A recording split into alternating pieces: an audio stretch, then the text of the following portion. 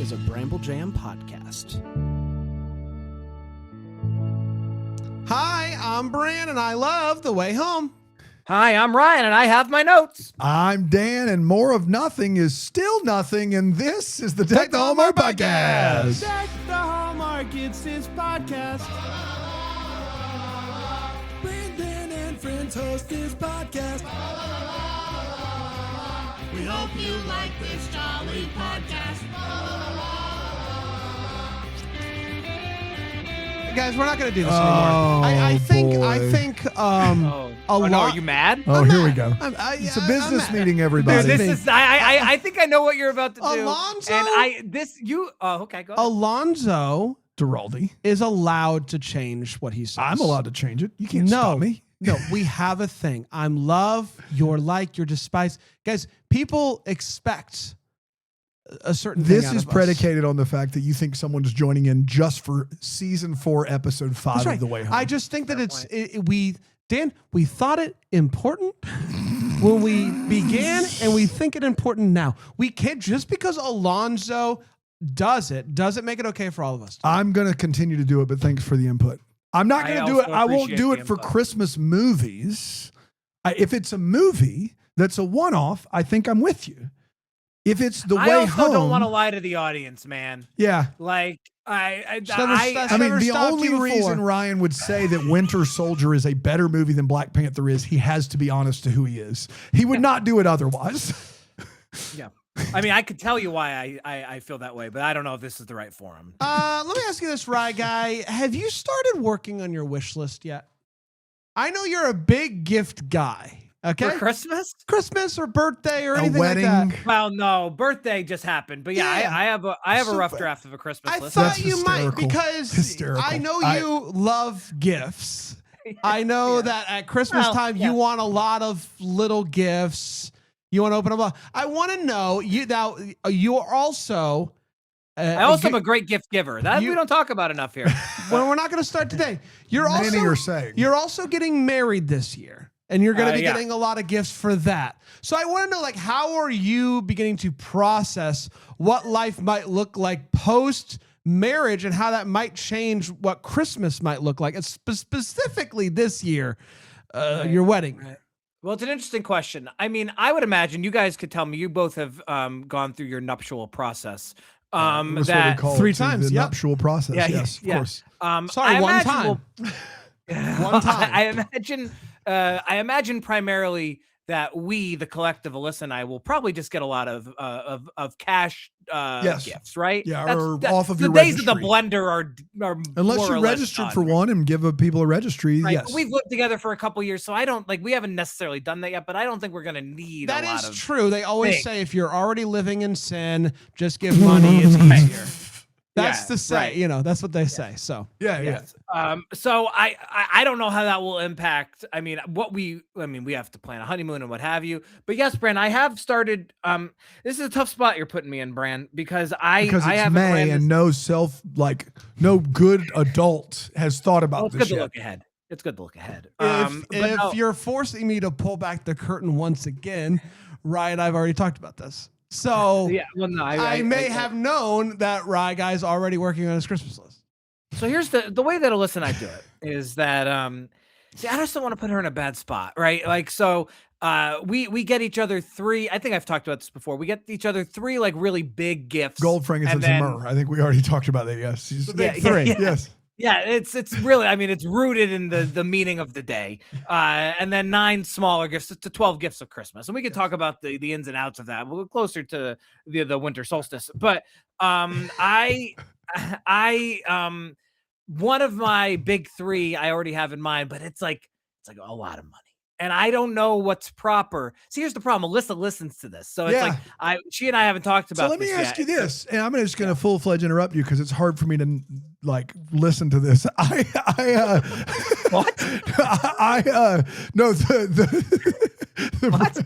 The breakdown. Sorry, that sounded really mean.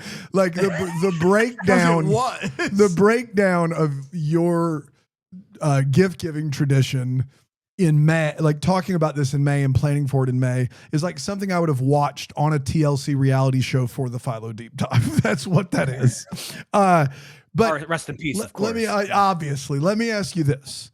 Yeah. You guys will get a lot of money. I remember my wedding in 2006, coming up on 20 years have been married.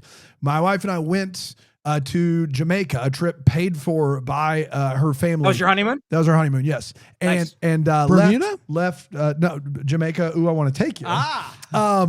We left straight from the reception to Charlotte, stayed in a hotel that night, flew out the next morning. My family gathered up all the gifts, took them to our apartment, and left them there. We get back from our honeymoon. I cannot describe how little money we had. My grandfather walked up to me and gave me 3 $100 bills at the reception because that's how he always did things. He waited till no one was around. He got his wallet out. He had planned accordingly, but would have never told you. He acted like it was just a random thing, and he gave me $300. That is how I paid for the hotel in Charlotte. Without that money, I still don't know how I would have paid for the hotel in Charlotte. I assumed my dad or someone was covering it. They were not. That is how I paid for that. When we got back from an all expenses paid, all-inclusive trip, I was like, all right, next paycheck comes in on Friday. That's literally how we're going to make it. When we get back to the apartment, it was like real Christmas morning, like needed. The amount of cash in there was quad digits, right? And that was 20 years ago. I can imagine a wedding of the size that you're talking about, you're going to be in for thousands of dollars. Now, well, I was real quick, but it's important for me to interrupt you. I want to make it clear because at no point in this text conversation with Bran had I said, by the way, we're going to get a lot of money from the wedding, and I think that's going to help me score this Christmas gift. Sometimes I go very poorly in these anecdotes, but I just want to make it clear that my question is, when you guys get back, because you guys have separate, you've lived together first, you have separate when my wife and I got this money, we had our one bank account with double-digit dollars in it, and it all just went in there, right? Right. You guys have careers. I was 22 when I got married. You're almost 15 years older than that. Like, you have careers, you have lives, you have your own bank account, your own thing going on, and that's awesome. Yeah. When you guys get this money, are you just 50-50? No, I believe we're gonna make the two little waffles are gonna big waffles. The two shall become one. Okay, so it's going to be. So that was the reason I asked that is because you have this big gift you want to get Alyssa. No, he has a gift that he wants to get him. That he wants himself. Oh dear God! This is I thought you were excited about how a about gift we get to the Alyssa. way home? This is this is for himself. Incorrigible. I cannot believe we did this. How about we get to the way So you don't want to say? I want a Nintendo Switch 2. Oh my God. We can talk about that because that's big in my house right now too. Why do you want a Switch 2? Right? My kids are dying for a Switch 2. Yeah. And what I finally did with them, because they kept going. Why do they want one? I mean, probably because they're of age for it, right? They want it specifically. Yeah, they're children. But they want a Switch 2 specifically for the Batman Lego game.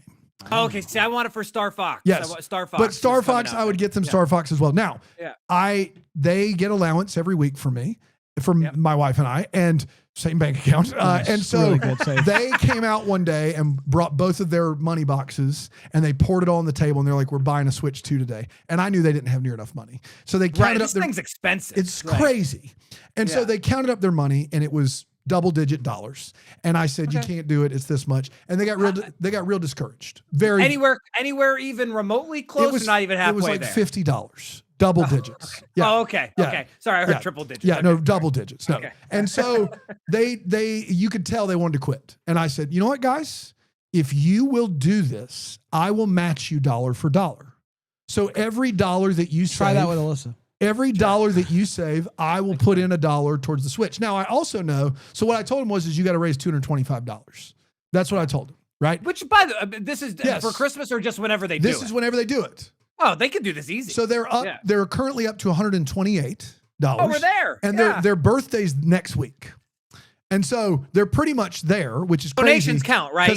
They don't have donations count. If you donated money to them right now, you would make their year. The problem is I got them a really nice 3D printer for their birthday, and if they get a Switch 2 as well, there's no recovering because I didn't think they were going to raise it this fast.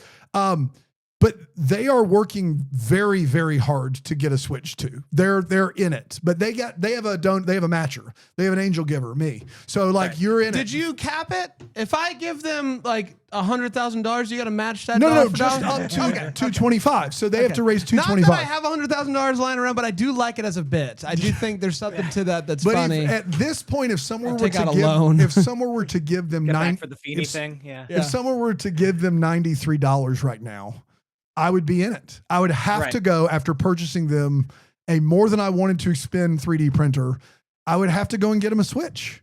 How nice of a 3D printer? Not to change topics, but there's some Power Ranger stuff I need 3D printed. It's a toy box, but it's the nicest toy box. It's a brand. Okay. I don't think it's that level. It's for kids. It's for children to learn. Okay, so if I wanted to 3D print like a helmet, it's not. It was $500. It was not like a crazy one, right? Just ask. Yeah, but it has an app and it has all the different types, all the different colors, and they can just put they can literally add that to the list though. Like while you're doing it, while you're asking for expensive gifts, throw a 3D printer. But what's cool about Dan, your situation is you'll get use out of this Switch too. Yeah, you'll get the other thing that I'm not telling them, and this I think is above board, is I can take the Switch one to GameStop and get $90 for it. Yeah, so you're down to $145. So that's right. So my match is including the trade-in. So I'm not fully. So if they earn $225, they're gonna call you out on this and bring it to court. Then they get we'll cover really, gavel. It's really $315, and so then I'm out $135, and I have 3 aftermarket controllers that will work. 4 aftermarket controllers that will already work on the Switch 2. So you're good to go. Yes. Yeah. Lego Batman already out. Lego Batman's already out. It's $70. Who's buying that game? I will buy the game as well, and that will not come out of there. But then, if that's really what they wanted, you can just ride the Lego Batman train for a while. They don't. But they have all the Switch games still. Oh, that's right. Yeah, just play. Rinse, wash, repeat. That's right. Yeah. So they got. Okay. Oh, there's a new Ninja Turtle. They love the Ninja Turtles, the arcade style Ninja Turtle games from the '80s. Yeah. That one, Shredder's Revenge, we played all the time. Incredible game. I have incredible game, and I hear the one on Switch 2 is even better. Splinters something. It is. I hear it's even better. It's called. Splinter something. They ran out of good ideas. That's actually the name of this Way Home episode. Splinter something. Yeah, Raga, I'm sorry if I put you in a tough spot there. I wasn't sure if you were ready. No, this was probably the best because I've been thinking about it for the last few days. Do I just bring it up to her now? It's and so this was probably the best way to rip the Band-Aid off. And ultimately, no one in this audience is going to judge Alyssa if she doesn't pony up for a Switch 2 They never do. That's a lot of money. So if she's got the best way to do it. Raga, if she's got to buy you 11 other gifts. That's a lot. This is why I said to Bran as a buddy, I was like, do you think that this is above board? Listen, I know that I don't always look great in these exams. I take my belt off at the dinner table. I don't expect people to think that's real. That's also why you don't text me about it either. That's not a saying. If anybody's going to take your side on it, it's going to be Bran. Well, you know it.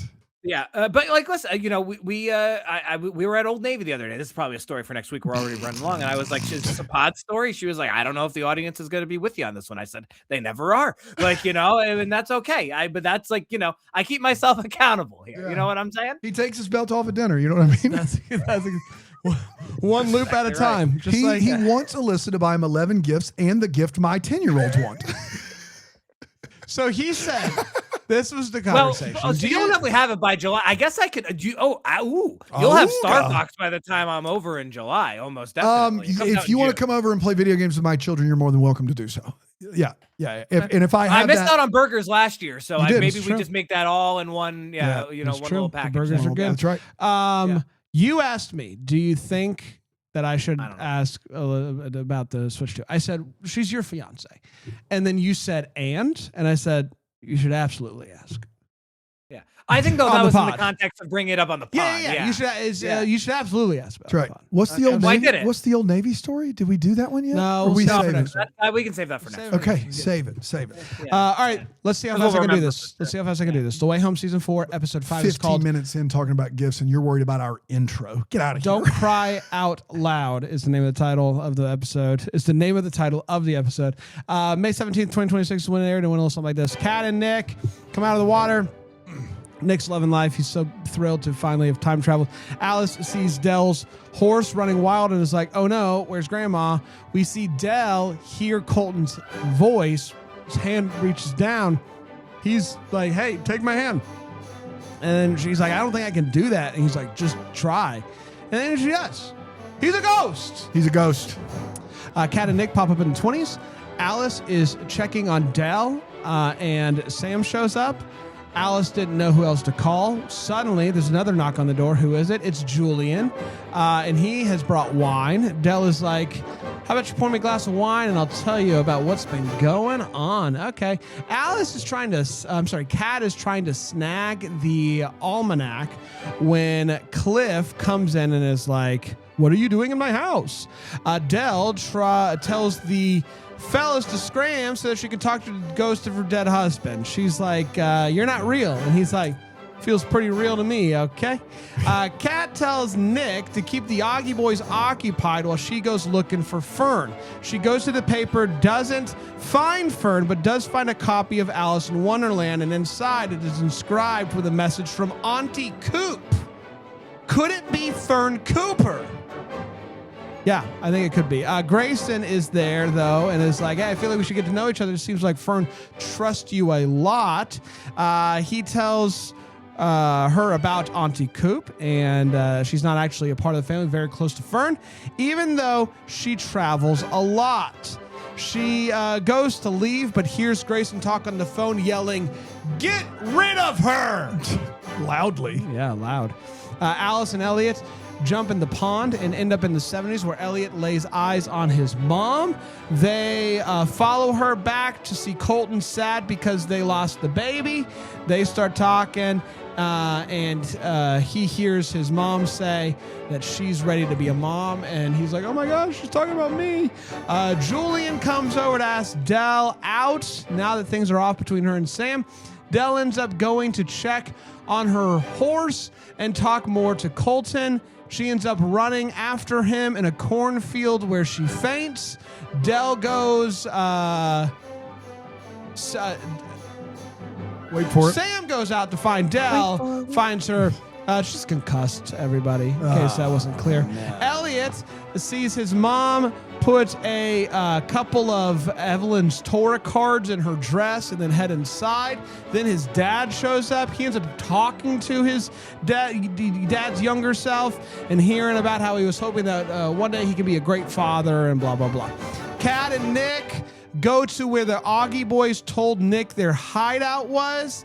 They hear that Grayson sent Fern away and that Coop better not show herself around here again. Alice goes to talk to Dell and sees how sad she is without Jacob, so she tries to call him, and then Dell's like just sleeping. Kat and Nick run away from the Augie boys. As they're heading towards the pond, Fern is back, everybody. Kat confronts her about Auntie Coop, and Fern is like, finally, you are asking the right questions, although I feel like she's asked that question before, but whatever. They ask about what happened to Coop, but before she can give much of an answer, the Augie boys show up. They run into the pond, and for a second, it looks like Nick is going to get stuck in the 20s. He ends up making it in the pond, no problem. Alice... checks on Dell again. She won't wake up. Suddenly, Jacob shows up and is calling out to her. She hears his voice in the dream. Colton tells her that it's time for her to go back and be with her son again. Kat wakes up. Kat shows up, and they're all together as a family as Dell comes to. Elliot, though, ends up leaving, grabbing Kat's keys on the way out so that he can go into the archives and try to find more answers about where his mom might be. And that, my friends, was The Way Home, Season 4, Episode 5. Don't cry out loud. We did it. Are you okay? That's a good cry. But Rye, don't cry out loud. What, like, come on, man. Do your best to not cry out loud. Follow the instructions. Okay, you ready? Ready. Yeah, that was pretty good. That was pretty good. That's good. Yeah. All right, we're going to take a break. We're going to come back. We're going to break this episode down here on the Deck the Hallmark.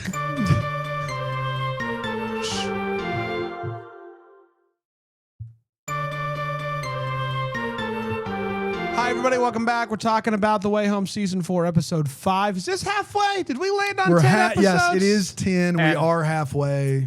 I did find out this week. Apparently, they didn't know. They didn't know this was the last season when they were working. That's brutal. I got to be honest. My heart shattered for them. But makes the love triangle make sense. Yes. Out of nowhere. Let's get to our thoughts on this. We're going to start with the hot takes. We're going to share exactly how we felt about this episode. I'll start with you, Rye Guy.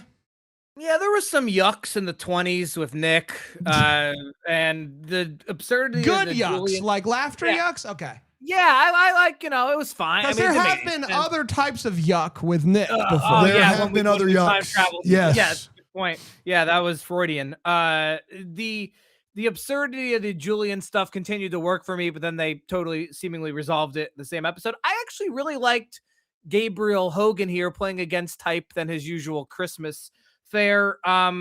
Diminishing returns on Kat going to jail.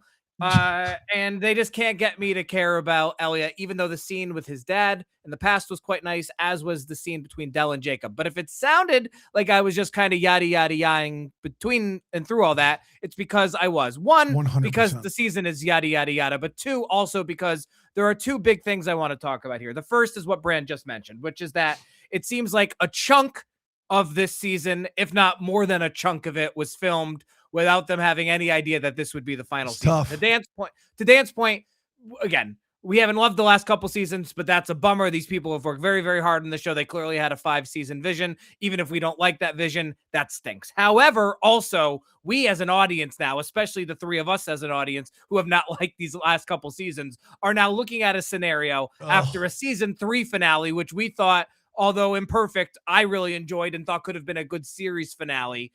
I don't know whether they had days, weeks, whatever, to find a way to wrap up these clearly storylines that they were not intending to be the end game of the show to now have to be end game of the show. We're looking at potentially a very, very rough last couple episodes, specifically a very rough series finale. That was never unfortunate level of rough series finale. Right. Yeah. And again, I feel bad for them, but also we apologize in advance if we don't like the series finale. Somewhat not their fault, but also could just really be rough. My bigger thing, this is why I didn't want to spend too much time on anything else. This really made me mad. There was a moment in this episode, Bran, that really, really made me mad because 4 seasons I'm later. Still foggy. What did it make you? Lad. Made me my lad, Bran. It made me my lad. It made me very upset. Top of the morning to you. Are you lad. sad or are you mad? Yeah, he's lad. And the rest of the day to you. 4 seasons later, 4 years later, I think legitimately. When did the show debut, Bran? 2022. 23. Yeah, I think it's been 1 a year. 23, 24, 25, 26. 23. Yep. Okay, that's right. Yep. The kid actor who plays Jacob looks relatively the same. Yeah. Now, this might not seem like a big deal. You might be going, oh, cool. They brought back Kid Jacob for this episode and they did a flashback. And to go to 2024, season 2, all of us went, all right, we don't like that Jacob is now an adult, but maybe they did it because Kid Jacob isn't going to look the same because he's growing in his life. And, Here we go. That emotional beat is going to hit. And now they couldn't have known this, right? I understand that. But we all would agree that unequivocally, even if you loved this show, even if you think that we're the dumbest folks on the planet, we all would agree that the stronger story beat and emotional moment would have been for Kat to find young Jacob, 100%. whether it be in the 1800s or whatever, right?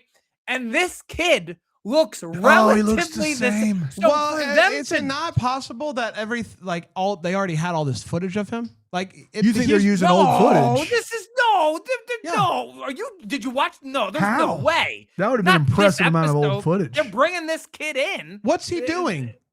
It's a flashback scene with clearly Papa Landry is a 2026 look. He's out and Del. But what's the kid doing? What in the episode? Scene, what is the kid? He's saying, "Mom." Answer the question. He's saying, "Mom." Okay. Wake up, Mom. Right? Yeah, Bran, this was a scene filmed. I mean, I would love to get the there's just no world, I don't think, where they had a scene. The technological advancement that they would have to be doing to make that happen. Or they happen to have a scene from 4 years ago that they didn't use. That would be the other option. That's hard for me to believe. Also, last season I have to go back and take it to tape. I didn't see anything in this episode that I think necessarily has to be new footage of the kid. Oh, I thought it was the kid. I think that you can use old footage of him running around and whatnot and put him in new stuff. And it'll look plenty scene fine. of them on the porch or wherever they are in this episode, and they've used him several times last season with clearly newly shot scenes from the 90s. Right. I don't want to belabor this point. I'm just saying for the show to they could have just, there was such a better way. And the show could have still stunk. But like, if they had just stuck, my biggest problem with the show, and I know I said last week I wouldn't keep bringing this up, but like the biggest problem with this show is they had one clear objective in the middle of season 2 or by the end of it, to reunite Jacob with his family. And that wasn't good. And uncoincidentally to me, the rest of the show hasn't been very good. Correct. Since. So for them to, Brandon, unless you're right, and they couldn't have known this, but like the kid looks and sounds relatively the same. We could have at least done that. Really makes me mad. You could be right, but I doubt it. So we are watching this early, and so this episode doesn't have its stuff out yet on IMDb, but this does say he was in the finale of last season as a new actor. They have shot new stuff with this. So like, that's not necessarily. If you're using old footage of him, stuff that was shot, they gotta pay him still. They gotta pay him or at least give him credit. But Brand, yes, no offense, I really don't want to be hard on the creators here, because again, these people work really hard. But you really think that this show, which has had inconsistency after inconsistency, filmed some had stuff, the foresight to film abundance of extra footage with this kid tough. 4 years ago? What I am saying is, I will go back and I will look. I don't feel like I have seen anything since season 1, and potentially early on in season 2, of stuff that couldn't have already been shot. It's a lot of running around. It's a lot like, which you can take if you have shots of him running, you can then take that and put it where you need it to be. You're not wrong. I just think we're giving the show dialogue in this episode. We're giving the show a lot of credit to say that they had all of this footage. I think. Yeah. Okay. That's my problem. Is I don't think you're wrong that it could happen. I just think that's what's more realistic, that the kid looks, that a growing child looks the same. He doesn't look the exact same. Okay. He doesn't look the exact same, but it's close. Which the show couldn't have known. My only point is saying that 4 years later, 2 years ago, they could have just done the moment that we were all expecting. Remember when adult Jacob shows up 2 years ago? All three of us bozos were like, that can't be the real Jacob. They couldn't possibly screw this up and not have the cathartic IMDb, emotional moment. He does look like a little man. That is his IMDb photo. And then try to pull up what he looks like on the bench. But Brand, you would agree that it was a creative miss to not do that 2 years ago, and now to keep bringing him back now for less meaningful and less impactful scenes is like diminishing returns. Yes, it is a creative mistake. Yeah, if they could have used this kid more, if they could have built up for the entire first season. They could have dragged that out longer. Then yes, absolutely. Yeah. And also, I'm not defending. Didn't we realize that the dog is going into the pond at the end of season 1? Oh yeah, what happened with the dog? Where is the dog? Where is the dog? I don't remember. Are you shooting me right now? Somebody's yelling at their radio right now. So I'm sure there's something at some point that gave us. But why have we not heard anything about the dog? Where is the dog? It's possible. When is the dog? It's possible they have said something about the dog and we missed it. All right. No, not us. Also, one last thing. Sorry. There's clearly now knowing that this is the finale and they had no intention. We're never going to find out why the pond, why the Landrys. None of it will never get covered. No. There's only 5 episodes left. That has 0%. And if we do, it'll be bad. It'll be real bad. Yeah, I've liked this season overall. This episode was a bit of a miss for me. I did feel like most everything that they do in this particular episode, as far as moving the storylines along, was not how I would have wanted it to happen. And that's a bit frustrating. Dano? Yeah, I would say that a lot happens in this episode and none of it is important. Like, there's going to be a lot of people who are like, no, it's important. But like, our critique this whole time is why are you telling us a new story? Like, you wrapped up what you need to wrap up and now you're telling us a new story that we now know heartbreakingly isn't what the creators wanted. And that sucks. And it sounds like Hallmark did them wrong and that sucks. But you doing more things doesn't make it better. It just makes it more. Like, Nick going back in time with Kat, I thought for sure there had to be a reason Nick wanted to go. In my head, I was like, this is going to matter. Nick is going to go back for a very specific reason, whether it's he's nefarious or whether it's he does help Kat or whether it's there's got to be a reason that he just wormed his way into going. It isn't. It isn't. It's just stupid. And the actors are all fine. It's just stupid. Why is he going back in time with her? When he was like, I'll keep you safe. That's the dumbest thing I've ever heard. He time travels once a day. This guy can't tie his shoes. Kat has time traveled like so many times, and yet that is the plot of this. Now, does a lot happen? Yeah. Do we get a lot of like where, Tess and then the story, and then for you to try to make me care about Elliot doing another time travel to another conversation with another father figure? Get out of here. Stop it. You did that with Colton already, and it worked pretty well. Stop it. They have nothing. They have nothing. And unfortunately, they're not going to get to end it on their terms. So I hate it for them. And I know they've worked hard, but they got nothing right now. And we got 5 episodes left, and we know it's a bridge to nowhere. A lot like the sidewalk being built in our neighborhood. It's true. They built a sidewalk down to a cliff. I don't know why. We'll talk about it some other time. It's real tough. So it's frustrating. Was this episode more entertaining and did it go by quicker for me than the average one? Technically, yes. But was it good? No, it was not. It's time for all the feels. We're talking about what in this episode gave us feels, right, guy? Yeah, Nick inventing the fist bump in the 20s was funny. That was a funny bit. I'm so happy you liked it. Yeah. That was it, Bran. Okay, that was it. Fair enough.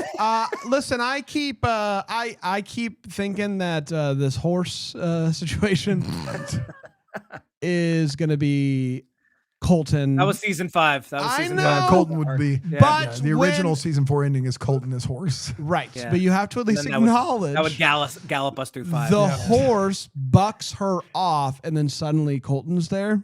Okay, it goes Colton. Could it have just been concussion? I think that's the most likely thing. But I am going to choose to live in a world where Colton is horse purposely bucked his wife off so that she could then see him as Ghost. I'm going to choose to live in that world, and that's giving me feels. Dan? It's a weird world to live in. Colton is horse. You're living there. No, I don't really have much here. All right. We'll be right back. We'll get to the Wait What and the Sink or Swim here on Deck the Hallmark. Whenever you're ready. Kiss it. All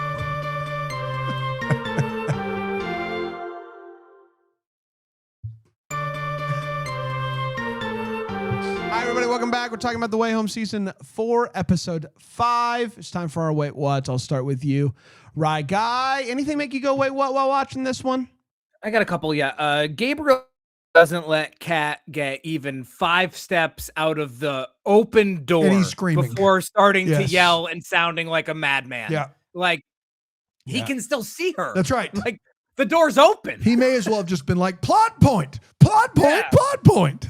I'm angry, and I want you to question my motives. The only way that it is okay is if it is not her. Like, if he's talking about someone else, that would be still a crazy thing to do when you know that somebody's right out there to yell, like, you got to get her or whatever it is he yelled. But if it is about her, that's crazy. There's a way to do that scene, and she acts like she's leaving, and then she ducks behind something, and then he gets quiet mad. So he's like, let me tell you something right now. If we don't get rid of her right this, like, you know what I mean? If he goes low thinking she's gone, but whispering just in case, then that scene could work. But the way they close the door and have her stand by it. The way that they did it was absurd. Like, just the absurd. Door's open. Real bad. Yeah. Why would Alice even remotely for a second think that she was in the 20s when she has exclusively time traveled to the 70s all season? Oh my God. Like, where are we? Or where you go every single episode? Can you just get out of jail with no paperwork? Like, is this don't get me started. I don't. You would be willing to admit now that they have effed up the prohibition. And they have. Yes. Like, I don't. This guy is a prohibition agent who's been licensed by the federal government. He's not there to arrest drinkers.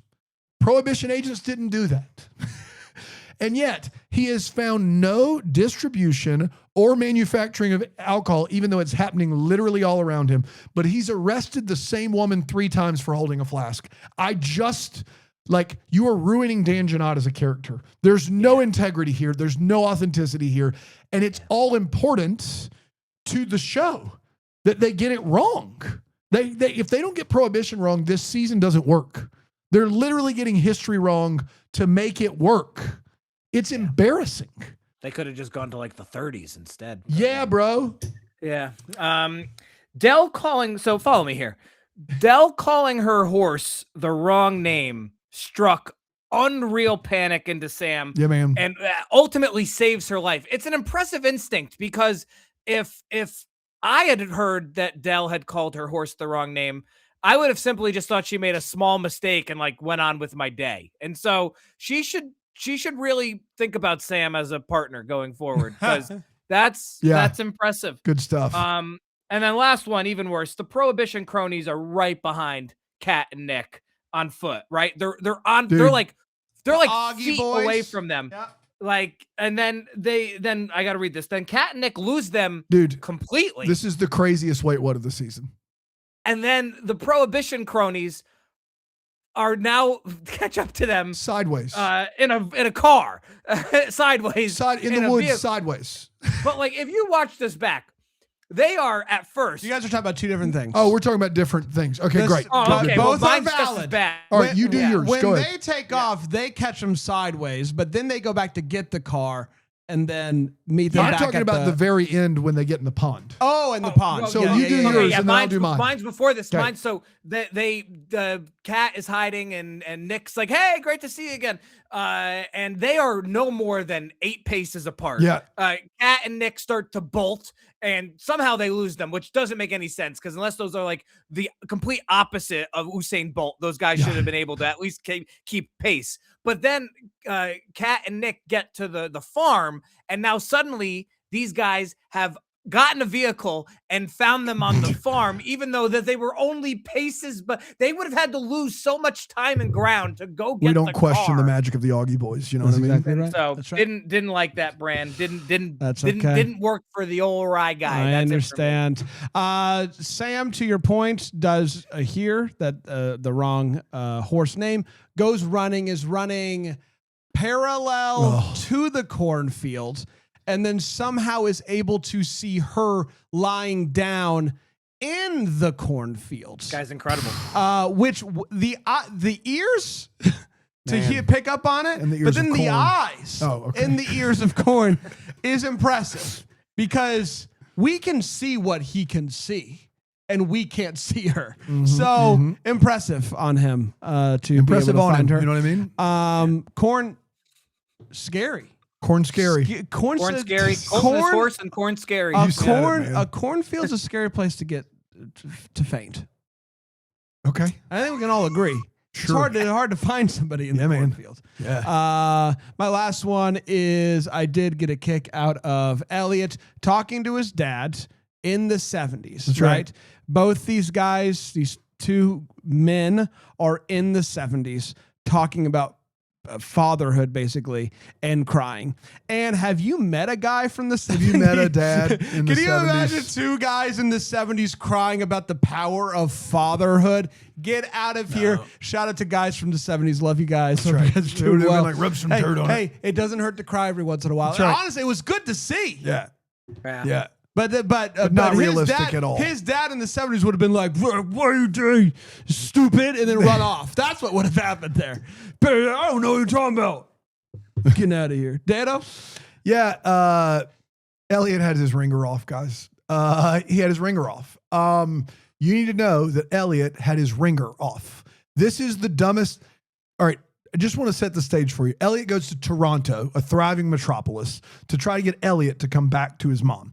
Elliot says no. We find out. Are you talking about Jacob? No, Jacob. Jacob says no. Yeah. Right? We find out later Jacob did heed his advice and take a flight. Elliot then drives or is on a bus back home. The whole time he's coming back from Toronto, a long bus or car ride, right? Tens of hours, right? Alice is worried because her mom is gone and she's traveled in time. Dell has passed out. She's calling and texting like mad. And Elliot doesn't respond because his ringer is off. Now, all of us are grown adults in 2026. None of us have our ringer on, right? You don't. Basically never. Never. Who has no one. You mean to tell me that Elliot raw dogged that bus ride back?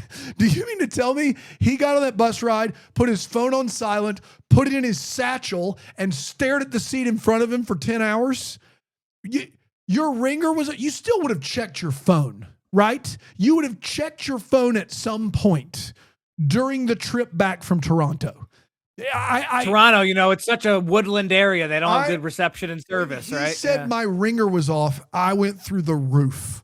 I couldn't believe that was like, it was like in Star Wars 9, Chewie was on another transport. Oh, well, let's move along, everybody. It just makes sense. Let's move along. Here's my Augie Boys one. At the end, Nick and Kat are running away from the Augie Boys. Let's say this is Nick and Kat. They're running. The Augie Boys are back here, a pretty good distance away. I would, if we're using paces, 20 to 30 paces away.